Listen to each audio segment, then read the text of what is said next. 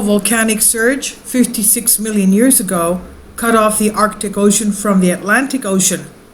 So if we travel back in time 56 million years ago, we'd arrive at a period of heightened volcanic activity on the Earth. The activity triggered significant shifts in the planet's climate, effectively turning some parts of the far north into a tropical paradise. The outpouring of carbon dioxide is one cause for this warming, but it seems there is more to the story. According to a new scientific study, the volcanism plugged up the seaway between the Arctic and the Atlantic, changing how the ocean's waters were mixed. While the Paleocene-Eocene thermal maximum, PETM for short, is a well-known event in the geological history of the Earth, the remote area of the northeast Greenland studied here has not been the subject of much geological research, even though it lies in a crucial point for volcanic activity and the flow of water between the Arctic and the Atlantic. Through a combination of sedimentary analysis across hundreds of kilometers, the study of microfossils, and the charting of geological boundaries through seismic imaging, a team of researchers led by the Geology Survey of Denmark and Greenland, GEOS for short, found that an uplifting of the geology in the area at this time caused a level of fragmentation that more or less cut two major oceans off from one another. We found that volcanic activity and the results uplift of the edge of the Greenland continent 56 million years ago led to the formation of a new tropical landscape and narrowing of the seaway connecting the Atlantic and the Arctic Ocean. This is what paleontologist Milo Barham from Curtin University in Australia explains. Kindly support my Patreon account since YouTube has again demonetized my YouTube channel. The daily posts are 5 videos daily, and they are totally different from what I have on my YouTube channel.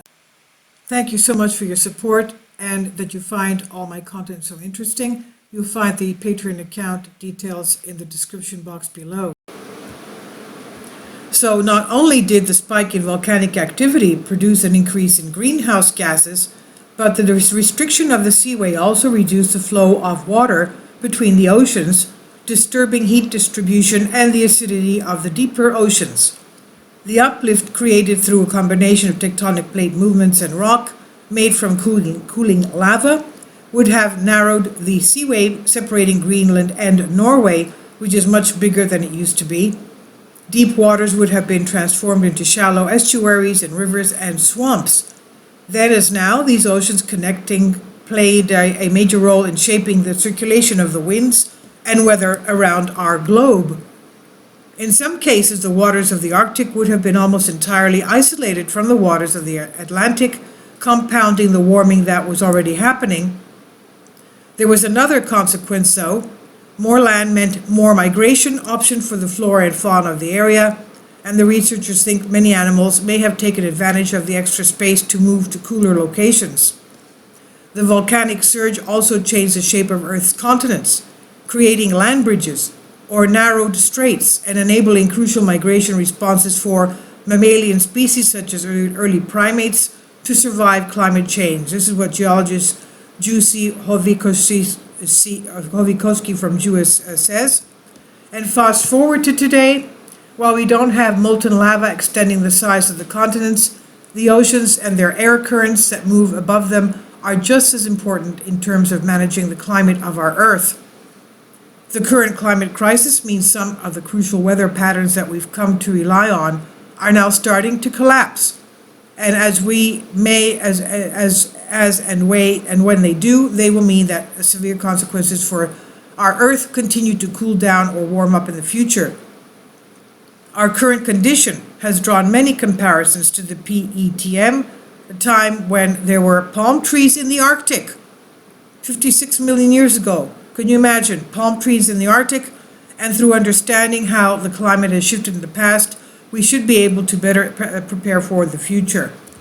Recent studies have reportedly alarming signs of weakening ocean circulation, such as the Gulf Stream, which is an ocean current important to global climate, as we know, and this slowing may lead to climatic tipping points or irreversible changes to weather systems. As fires and floods increasingly ravage our ever-warming planet, the frozen north of eastern Greenland would seem an unlikely place to yield insights into the greenhouse world. But geological record here proves crucial understanding of environment and ecological response to complex climate disturbances. This was published in Communications and Earth Environment on Science Alert. Please leave your comments and thank you for your support. This is by David Neal.